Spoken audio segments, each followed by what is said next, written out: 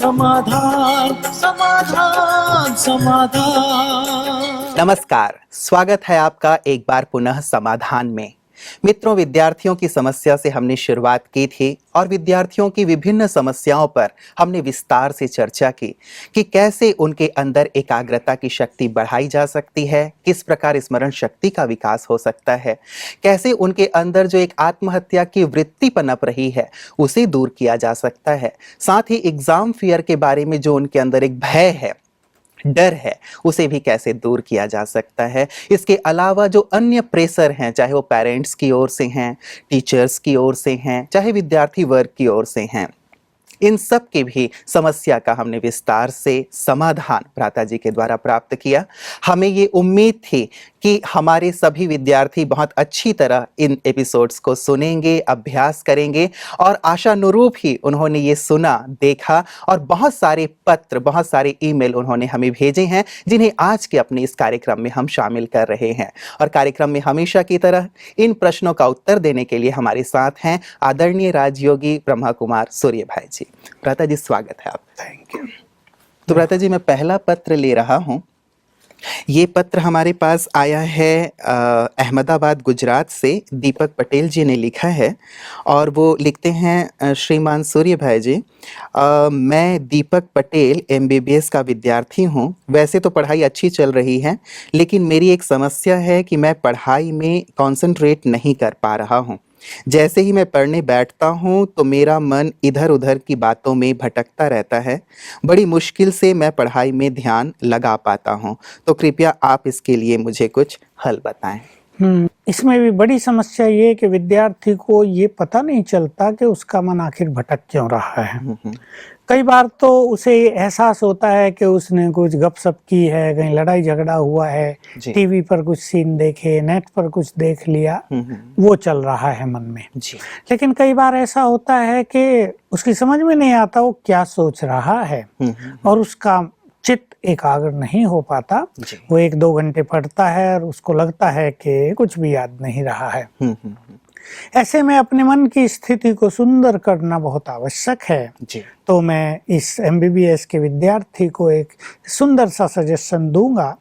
बात तत्काल ठीक होने की नहीं है, लेकिन कल सवेरे उठने से अपने मन को एक अच्छी मनोस्थिति में सेट करेंगे। जैसे रेल को जब रेलवे लाइन पे एक बार सेट कर दिया जाता है, फिर बार बार उसे चेक करने की जरूरत नहीं होती कि भाई ये ट्रैक पे ही चल रहे हैं या नहीं। सवेरे उठकर अपने मन को एक अच्छी मनोस्थिति में सेट कर दिया जाए तो धीरे धीरे क्या होगा, हमारे मन की गाड़ी ठीक ठीक उस पर चलती रहेगी। और जो ये निगेटिव इम्पैक्ट्स हैं, ये कुछ चीजों के निगेटिव इम्पैक्ट्स हैं, प्रभाव हैं, हो सकता है वो 15 दिन पहले के हों, 5 साल पहले के हों या पूर्व जन्मों के भी होते हैं। कि जो गलत चिंतन, जो निगेटिविटी, जो वासनाएं, जो दूसरे के प्रति रिवेंजफुल फीलिंग्स हमने अपने अंदर भर ली हैं, तो सूक्ष्म रूप से हमारी आंतरिक चेतना को यानी कंसंट्रेशन को भंग करता रहता है। तो हमें अपने मन को एक ऐसी स्थिति पे लाना है कि ये सब चीजें शांत हो जाएं। तो मैं कहूँगा इस बच्चे को कि सवेरे उठकर ये थोड़ा सा इस तरह चिंतन करें, मैं तो भगवान का बच्चा हूँ, मैं आत्मा पीसफुल हूँ। 5 बार रिपीट कर ले, मैं पीसफुल हूँ, मैं पीसफुल हूँ। दूसरा संकल्प ये कर ले, मैं पावरफुल हूँ, मैं एक पावरफुल आत्मा हूँ, मैं बहुत शक्तिशाली हूँ, मैं मास्टर सर्वशक्तिवान हूँ। इन सब से क्या होगा कि जो भी निगेटिव इमोशंस उठ रहे हैं अंतर से और जो हमारी वर्तमान एकाग्रता को नष्ट कर रहे हैं, वो शांत होने लगेंगे और इसका प्रभाव बहुत अच्छा होगा। मैं इस विद्यार्थी को कहूँगा कि अगर वो सवेरे ऐसा न कर पाए तो थोड़ा सा देर कैसे भी 21 बार ये दोनों विचार लिख ले। कुछ दिन तक लगातार लिखे, पहले 7 दिन लिखे, फिर और 7 दिन दोहराएंगे आप? हाँ, जैसे मैं शांत हूँ, मैं आत्मा शांत स्वरूप हूँ, मेरा चित्त शांत है, तो ये जो थॉट विद एक्सेप्टेंस हम अपने अंदर भरेंगे, लिखने से होगा कि उस थॉट पे एकाग्रता हो जाएगी, जी तो उसके गुड वाइब्रेशंस और निगेटिव वाइब्रेशंस को नष्ट करेंगे जो यहाँ डिस्टरबेंस क्रिएट कर रहे हैं। ऐसे ही मैं शक्तिशाली आत्मा हूँ, जी आई एम पावरफुल या आई एम मास्टर ऑलमाइटी, ये विचार भी 21 दिन, तो ये दोनों विचार जी 21 बार रोज लिखे जाएं, बहुत थोड़ा समय लगेगा, 3 मिनट लगेंगे ज्यादा। जी इससे बहुत सारी निगेटिव फीलिंग्स हम्म नष्ट होंगी जी और चित्त शांत होकर पढ़ाई में मन लगेगा। जो पढ़ेंगे वो याद भी रहेगा। बहुत सिंपल टेक्निक है, मैंने बहुतों से इसका कराया है प्रयोग आपने। कराया है जी। और संपूर्ण सफलता मिली है। बहुत सुंदर। तो ये दोनों अभ्यास वो कम से कम 21 दिन करें, उसके बाद इसका प्रभाव देखें कि एकाग्रता पे साथ साथ ही अंतर प्रभाव आएगा, दिखेगा, देखने में आएगा। 7 जी। दिन से बहुत अच्छा हो जाएगा। जी जी भ्राता जी, ये तो स्पिरिचुअल प्रैक्टिस है, कुछ और स्थूल बातें भी ध्यान में रखी जा स्थूल सकती हैं? बातें ये ध्यान रखनी चाहिए कि जो हमारी स्टडी के अगेंस्ट चीजें हैं, अभी पता तो चल जाता है जी। विद्यार्थी को, और नहीं पता चलता तो उसे पता चलाना चाहिए, इसकी अवेयरनेस होनी चाहिए कि कौन सी चीजें मेरे मन को इस तरह भटका रही हैं। दोस्तों के साथ कहीं लड़ाई झगड़ा हो जाना जी। ये एक बड़ी चीज होती है, क्योंकि लड़ाई झगड़े में फिर कुछ कहा सुनी होती है, जी, जी। कुछ ये कहेंगे कुछ वो कहेंगे, दोनों चीजें याद तो ये आएंगी। विचार चलते रहते ये हैं चलते और वो रहेंगे कॉन्सेंट्रेट और वो हमारी इनर फीलिंग्स को नेगेटिव करते रहते हैं, जी। नष्ट करते रहते हैं। जी। दूसरा, टीवी आदि पे जैसा हम कह आए हैं, बहुत संयमित रहना चाहिए, देखना अवश्य चाहिए। टीवी से अच्छी इंफॉर्मेशन भी मिलती है और बहुत अच्छी चीजें भी आ रही हैं, नो डाउट, जी लेकिन एक संयम। ये नहीं 4-4 घंटे हम टीवी में चल रहे हैं, ऐसे ही सेल फोन और नेट, जी इन सब का हम अच्छा यूज तो करें लेकिन मिस यूज नहीं। तो इन चारों चीजों पर अगर विद्यार्थी ध्यान देंगे और अपना व्यवहार सॉफ्ट, और मैं इस बात को अवश्य जोड़ना चाहूंगा कि पेट को ठीक रखना परम आवश्यक है। मतलब शारीरिक दृष्टि से भी अपने आप को स्वस्थ विशेषकर रखें। हमारा डाइजेशन जी बहुत हेल्दी होने चाहिए और हम वो चीजें न खाएं, ओवर ईटिंग न करें जिनसे गैसेज बने। आज भी मुझे किसी का फोन कॉल था कि यही समस्या थी बिल्कुल, तो जब मैंने उनसे पूछा तो आखिर उन्होंने ही अपने मुख से बोला मुझे गैसेज बहुत बनती हैं। तो इससे क्या, ब्रेन बिल्कुल जकड़ जाता है, मन उदास भी रहता है, फ्रेश हम रहते ही नहीं तो मेमोरी कैसे काम करेगी। बिल्कुल। तो ये 3 पक्ष आपने भ्राता जी, एक तो ये कि कुछ स्पिरिचुअल प्रैक्टिस जो आपने कहे, कुछ लिख करके वो अभ्यास करें, सुबह भी कुछ अभ्यास कर लिया करें, और साथ ही दूसरी बात जो आपने कही, कहीं लड़ाई झगड़े वाली बात ना हो जिसके कारण बहुत ज़्यादा हमारा व्यर्थ चलता रहे उसमें, जिससे कंसंट्रेशन भंग हो, और तीसरी बात ये नेट या टीवी या मूवीज जिनमें ज़्यादातर हमारी बुद्धि भटक जाती है, तो यहाँ थोड़ा संयम रखें तो एकाग्रता डेफिनेटली बढ़ती जाएगी। भ्राता जी, दूसरा एक हमारे पास ईमेल आया है और ये ईमेल आया है रायपुर छत्तीसगढ़ से। हमारी भूमिका बहन ने लिखा है। वो पूछती हैं, respected sir, I listen to your programme Samadhan regularly and it's worth listening to enhance my lifestyle. I have 2 questions to ask. The first question is, I am unhappy and frustrated because I am not allowed to do what I want to do by my parents. What do I do about it? ये इनका पहला प्रश्न है। दूसरा प्रश्न है, I have not performed well in series of tests because of which I have lost my self confidence. How can I build faith in myself? बहुत अच्छा।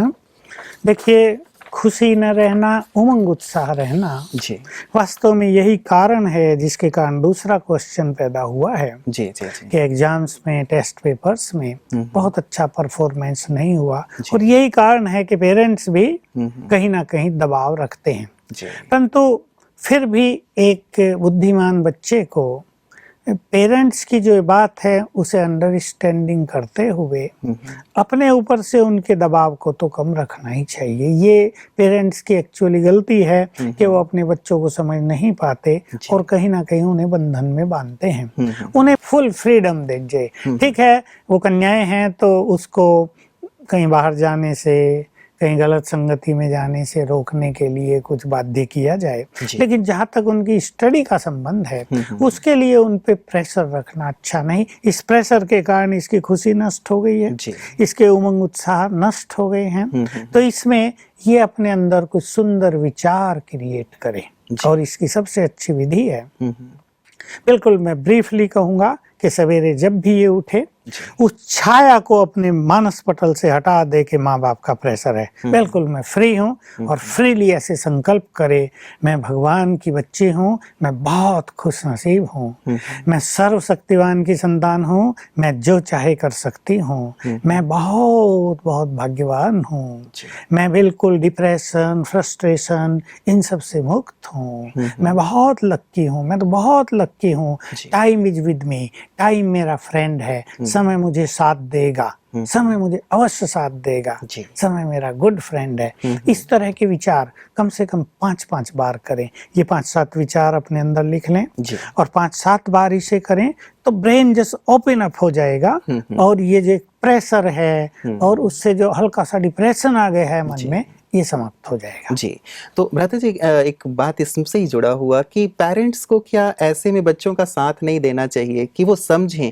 बच्चे की रुचि किस चीज में है। अब वो बच्चे की रुचि नहीं समझ पा रहे हैं और अपना दबाव डाल रहे हैं, तो पेरेंट्स का एक बड़ी भूमिका हो सकती है कि वो अपने बच्चों को बहुत आगे तक ले जा सकते हैं। मुझे तो ये प्रतीत होता है जी कि यहाँ माँ बाप के अपने अंदर ही कुछ समस्याएं इतनी ज्यादा होती हैं कि वो उससे इतने जूझते रहते हैं कि जो उनके अंदर एक गुस्सा पनपता रहता है वो कहीं ना कहीं बच्चों पे निकलता है, क्योंकि मनुष्य अपने क्रोध को वहीं रिफ्लेक्ट करेगा, वहीं उसे निकालेगा जहां उसका अधिकार हो।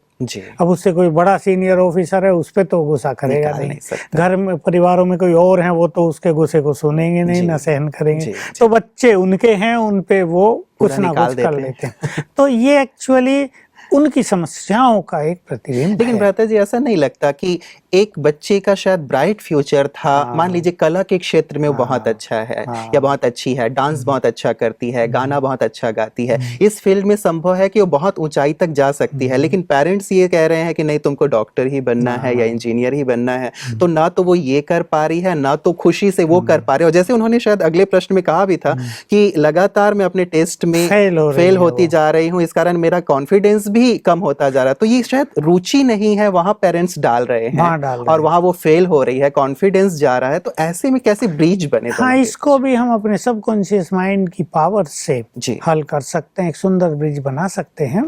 वास्तव में तो देखिए माँ बाप की अपनी एक इच्छा रहती है, भाई उसके बच्चा बड़ा डॉक्टर बन गया है, मेरी लड़की भी बड़ी डॉक्टर बने, मेरा भी नाम हो, या उसने फलाने ने ये कर लिया है, मेरी भी।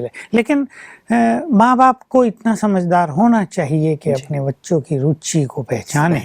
फिर भी ये नहीं है तो बच्चे को क्या करना चाहिए कि अब माँ बाप को अपना फ्रेंड बनाना है, अपना कोऑपरेटिव बनाना है। 2 चीजें हो गई कि वो बिल्कुल फ्रेंडली बिहेव करें, वो इनको समझें और कोऑपरेट करें। तो वही सबकॉन्शियस माइंड का यूज सवेरे सवेरे उठकर इस तरह करेंगे। पहले 3 बार संकल्प करेंगे, मैं सर्वशक्तिवान की संतान, मास्टर सर्वशक्तिवान हूँ, आई एम पावरफुल। इससे क्या होगा, हमारे वाइब्रेशंस में पावर आ जाएगी। फिर अपने पेरेंट्स को सामने देखते हुए संकल्प करेंगे, they both are my good friends, वो बहुत मेरे सहयोगी हैं, दे आर माई कोऑपरेटिव, वो मेरे सहयोगी हैं, वो मुझे अंडरस्टैंड कर रहे हैं। तो इससे क्या होगा कि वही विचार धीरे धीरे उनके मन में उठने लगेंगे। और ये भी तब करना बहुत अच्छा होगा जब पेरेंट्स सोए हुए हों, तो बहुत अच्छा होगा, या मॉर्निंग आवर्स में, तब सबका ही मन शांत होता है। उस टाइम करने से माँ बाप की विचारधाराएं हम बदल सकते हैं अपने प्रति। तो हम यदि मान लीजिए कि वो हमारे फेवर में नहीं है या हमें नहीं समझ पा रहे हैं, तो हम इस प्रकार से सबकॉन्शियस माइंड का इस्तेमाल करें और उन्हें अपने फेवर में लें, अपनी बात उन तक पहुंचाने का प्रयास करें, जो बातें बात सरल हो जो बातें शब्दों से नहीं पहुंचाई जा सकती, क्योंकि शब्दों के माध्यम में ईगो काम करता है बड़ों का, तो वो सबकॉन्शियस लेवल पे आराम से पहुंचाई जा सकती है। बड़े ये सोचते हैं शायद कि ये नहीं समझ पा रही है हमें हम इसे कितना ऊंचा बनाना हाँ, चाहते हैं हाँ, और ये नहीं छोटा बनना चाहती है, डांसर जी, बनना चाह रही जी, है। जी जी जी, तो ये शायद जो आपने कहा। लता जी, एक और हमारे पास पत्र आया है। ये पत्र आया है सपना का, जयपुर से। ये लिखती हैं कि रिस्पेक्टेड सर, मैं सपना बीएड कॉलेज की विद्यार्थी हूँ। मेरी यह चिंता है कि जीवन में सहजता से सद्गुणों को कैसे धारण किया जाए।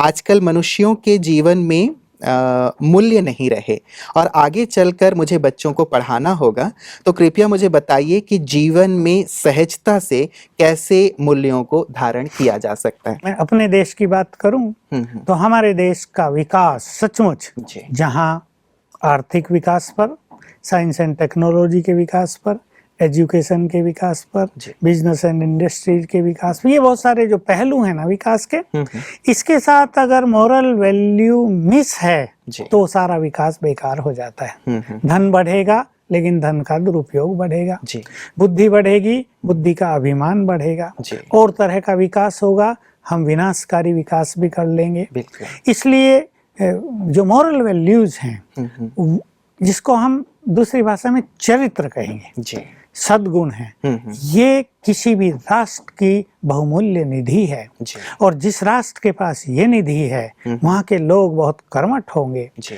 बड़े मनोबल वाले होंगे, बड़े आत्मविश्वास वाले आपस में होंगे, भाईचारे होगा, वाले होंगे, सद्भावना होगी। प्रेम, अहिंसा, दया, अपनापन, कोऑपरेशन, जी, ये सब चीजें उनके मतलब अंदर एक प्रकार होंगी। से स्वर्ग जैसा स्वर्ग माहौल जैसा। होगा। तो देश जो फिजिकल रूप से विकास कर रहा है, साइंस, टेक्नोलॉजी, बिजनेस, इकोनॉमी, और ये भी अगर साथ हो तो वो सचमुच स्वर्ग बन जाएगा। तो बहुत अच्छा विचार जी बीएड की इस छात्रा का है, क्योंकि ये होनहार शिक्षिका है जी और शिक्षकों का संपूर्ण प्रभाव विद्यार्थियों पर पड़ता है। जी। सच तो ये है कि अगर एक टीचर विद्यार्थियों को कुछ कहे भी नहीं जी। लेकिन उसका अपना जीवन आदर्श हो तो बच्चे उसके जीवन को देखकर ही सब कुछ सीखते हैं, सीखते हैं। बहुत वो कैसे बोलता है, जी। उसका चलना कैसे है, उसका व्यवहार करना कैसा है, जी। कोई बच्चा गलती करता है तो उसका रुख कैसा है, बिल्कुल। उसका समझाने का कैसा तरीका भ्राता जी, है। हमें भी अपने बचपन के वो टीचर्स, यद्यपि 10, 15, 20 का टीचर का स्टाफ रहा होगा, लेकिन एक टीचर हमें ऐसे याद हैं जो कि सचमुच ऐसे मूल्यों से सजे हुए थे, जिनका व्यवहार, जिनका चरित्र और जिनका हमारे प्रति जो भावना थी बहुत ही श्रेष्ठ थी। तो आपने सच कहा कि यदि मूल्यवान है हमारा जीवन तो डेफिनेटली बच्चों के और ऐसे टीचर के प्रति हम और आप भी जानते हैं सम्मान बहुत रहता है। जो आजकल ये टीचर्स लोग, हमारे लेक्चरर, प्रोफेसर शिकायत करते हैं ना कि हमारा सम्मान नहीं करते, मैं तो कहता हूँ कि सम्मान करते नहीं, सम्मान आपने स्वयं खोया है। आप सम्मान के योग्य बन जाओ, सम्मान तो परछाई की तरह आपके पीछे पीछे चलेगा। तो बहुत अच्छी बात है। तो मैं कहूँगा इस होनहार शिक्षिका को और सभी शिक्षकों को जो हैं और जो होने वाले हैं कि बहुत सरलता से कम 5 वैल्यूज अपने पास नोट करें। जी जैसे मुझे बहुत हम्बिल रहना है, मुझे बहुत निरंकारी रहना है, जी मुझे बहुत कर्मठ रहना है, मुझे सबके प्रति बहुत अच्छी भावनाएं रखनी है, आगे बढ़ाने की भावना रखनी है, मुझे सभी को प्रेम देना है। ये 5 चीजें हो गई। जी। और भी रख सकते हैं, सद्गुणों की तो लिस्ट बहुत लंबी है, हो सकती है। लेकिन बच्चे हैं। अब बच्चे और शिक्षक का नाता मैं ऐसे भी कहूँ, शिक्षक शिक्षिका हैं माँ बाप और बच्चे उनके सामने छोटे हैं। बिल्कुल। प्यार देना है उन्हें। प्यार की पालना मनुष्य की विवेक शक्ति का विकास करती है। उन्हें अपनी क्लास में एक खुशी का, एनकरेजमेंट का, बहुत हल्केपन का वातावरण बनाना है। इससे बच्चों की कंसंट्रेशन और बुद्धि का बहुत ज्यादा विकास होता है। और जब हमारे अंदर ह्यूमिलिटी होगी, नम्रता बहुत होगी, हमारे अंदर अहंकार नहीं होगा, तो ये सच है कि बच्चे बहुत सम्मान करेंगे। और जहाँ सम्मान होता है वहाँ एक इम्पोर्टेंट चीज, जिस व्यक्ति के लिए मनुष्य का सम्मान है, मान लो आपका मेरे लिए बहुत सम्मान है तो मेरी बातों को आप तुरंत ग्रहण करेंगे। बिल्कुल। बच्चों के मन में अगर शिक्षकों के लिए बहुत सम्मान होगा तो शिक्षकों की हर बात उन्हें सहज ग्रहण हो जाएगी। तो फायदा ही फायदा है। तो ऐसी 5 क्वालिटी चुनकर एक एक पे ध्यान दें जी। और हमारे यहाँ तो उसकी मूल्यों का पूरी- तो जी हाँ, भ्राता जी बहुत महत्व है ही, जैसे आपने कहा कर्मठ हो, प्रेम का माहौल हो, अच्छी भावनाएं हो और साथ ही नम्रता अपने जीवन में रखें। ये सब चीज़ें भ्राता जी होती हैं और वो सब पढ़ाई सिखाई जाती हैं। शायद टीचर्स भी समझते होंगे इनके मूल्य को, लेकिन एक बात जो इन्होंने उठाई है, मैं थोड़ा सा इसे और आपसे एक्सप्लेनेशन चाहूँगा, सहजता से कैसे मूल्यों को अपने जीवन में लाएं? क्योंकि एक परिवेश में वो भी रहते हैं, उनके भी हो सकते हैं कई ऐसी आदतें हों, तो सहज कैसे वो हाँ, मूल्यों को देखिए, जीवन में लाना? प्रश्न बहुत सिंपल भी है लेकिन बहुत गुह्य है। जी। कभी कभी ऐसा देखने को मिलता है कि एक व्यक्ति में अहंकार है जी। और वो अपने अहंकार के लिए अवेयर है और वो चाहता है मैं निरहंकारी बन जाऊं, लेकिन उसको आता नहीं कैसे बनूं। एक व्यक्ति को क्रोध आ रहा है, जी। वो जानता है कि उसका क्रोध खतरनाक है। बिल्कुल। मैं एक सुंदर बात कह देना चाहता हूँ, क्रोध आ गया मेरे मुख पर तो सभी बच्चे और बड़े याद रखें, तुम्हारा 1 सेकंड का क्रोध तुम्हारे उज्जवल भविष्य को नष्ट कर सकता है। तो देखिए, क्रोध आ रहा है लेकिन उसे पता नहीं इससे हम कैसे मुक्त हों। तो इसके लिए मोरल वैल्यूज की बहुत अच्छी एजुकेशन है, हम लोग भी उसे देते हैं। हमारे शिक्षक जाकर जहाँ तहाँ उनको सिखाते हैं, उनका विस्तार हमारे पास हो और उन्हें अपनाने की श्रेष्ठ इच्छा मन में हो कि मुझे हम्बिल बनना है। Humility is the beauty of my life, ये समझ लिया जाए। लेकिन अगर वो व्यक्ति ऐसा सोच रहा है मैं हम्बिल क्यों बनूं, सब तो ऐसे हैं, मैं हम्बिल बनूंगा, मीठा बन जाऊंगा तो चींटियां आ जाएंगी, मुझे तो मकोड़े लग जाएंगे, मुझे तो लोग खा लेंगे, जीने नहीं देंगे। तो ये जो निगेटिव कहीं अप्रोच हम ले रहे हैं, इसको हटाकर ये प्रॉपर एजुकेशन के नहीं, ये मानव की सुंदरता है। इसके होने से हम अपने जीवन में बहुत सफल होंगे, कुशल होंगे, हम संतुष्ट होंगे, सबके प्रिय बनेंगे और हमारे जीवन में समस्याएं कम से कम आएंगी। मतलब एक अवेयरनेस उनके पास हो, इसका मूल्य क्या है, और साथ ही एक संकल्प हो कि भले ही लोग कैसे भी हों, लेकिन मुझे तो इन मूल्यों के साथ ही जीना है। बस दूसरों से इस बारे में कुछ कंपैरिजन नहीं कि उसमें नहीं देखा, प्रिंसिपल में तो नहीं है, हेड ऑफ डिपार्टमेंट में भी तो नहीं है, मैं क्यों, मेरी जिम्मेदारी है क्या, ये सब नहीं। मुझे अपने जीवन को खुद इन सद्गुणों से डेकोरेट करना है और ये मेरी डेकोरेशन ही जीवन की सर्वश्रेष्ठ श्रृंगार होगा और इससे ही मेरा महत्व बढ़ेगा, इससे ही मेरी प्रमोशन होगी। और हम देखते भी हैं, लोग आजकल क्वालिटीज और डिग्री को नहीं देखते, कौन व्यक्ति कितना सक्षम है, बिल्कुल उसको देखकर उसको आगे बढ़ाते हैं। बिल्कुल पता जी, वो शायद पहले के जमाने में आईक्यू को इम्पोर्टेंस दिया जाता था, लेकिन अब शायद ईक्यू और एसक्यू को इम्पोर्टेंस दिया जाने लगा है कि कौन कितना मूल्यवान है, गुणवान है, क्योंकि वही पूरे संस्था को, पूरे ही जो भी लोग हैं उनको साथ लेके चल पाता है और साथ ही साथ वहाँ एक सुंदर वातावरण क्रिएट करके रखता है। बिल्कुल, अगर मान लो ये मोरल वैल्यूज नहीं है और हमारी टीम में केवल 10 का संगठन है और 10 में लड़ाई झगड़ा हो रहा है तो सारा खेल बिगड़ जाएगा, इंस्टीट्यूशन ही बिखर जाएगा, नष्ट हो जाएगा। इसलिए इनकी बहुत आवश्यकता है। तो मूल्यों को अपने जीवन में लाने का सुंदर संकल्प रखें और साथ ही एक सुंदर अवेयरनेस रहे कि हमें इन मूल्यों को अपने जीवन में लाना है और बच्चों में भी ये चीजें डालनी है। भ्राता जी, आज वक्त हमारे पास इतना ही है, पत्रों के तो अंबार हमारे पास लगे हुए हैं। इन सभी प्रश्नों को आपके सम्मुख मैं अगले एपिसोड में रखूंगा। आज समय हमें इतना ही इजाजत दे रहा है। आपने सुंदर उत्तर दिए हमारे सभी विद्यार्थियों के प्रश्नों का, आपका बहुत बहुत धन्यवाद। मित्रों, आपके बहुत सारे पत्र और ईमेल हमें प्राप्त हो रहे हैं। इन पत्रों और ईमेल के आंसर आपको अगले एपिसोड में भी मिलता रहेगा। बहुत सुंदर प्रश्न आपने भेजे हैं और इससे ये प्रतीत होता है कि आपने बहुत ध्यान से सारे कार्यक्रम सुने हैं, देखे हैं और अपने जीवन में जो स्पिरिचुअल प्रैक्टिसेस भ्राता जी ने हमें सिखाए हैं उन्हें लाया भी है, अनुभव किया है। पश्चात ही आप इतने सुंदर प्रश्न हमें लिख रहे हैं। और भी यदि आपके मन में कोई प्रश्न हो तो आप हमें लिख सकते हैं। हमारा ईमेल आईडी है samadhan.brahmakumaris@gmail.com। हमारा पोस्टल एड्रेस है समाधान, BK सूर्या, ज्ञान सरोवर, mount Abu, Rajasthan. Pin code है 307501। आज के लिए इतना ही, दीजिए इजाजत अपने मित्र रुपेश को। नमस्कार। और दृढ़ मनोबल से कर दे तू पल भर में मुश्किलें आसान, पत्नी समकरनी के पावन जल से स्वर्ग बन जाएगा सारा ये जहान, सारा ये जहां कहता है ये समाधान समाधान समाधान।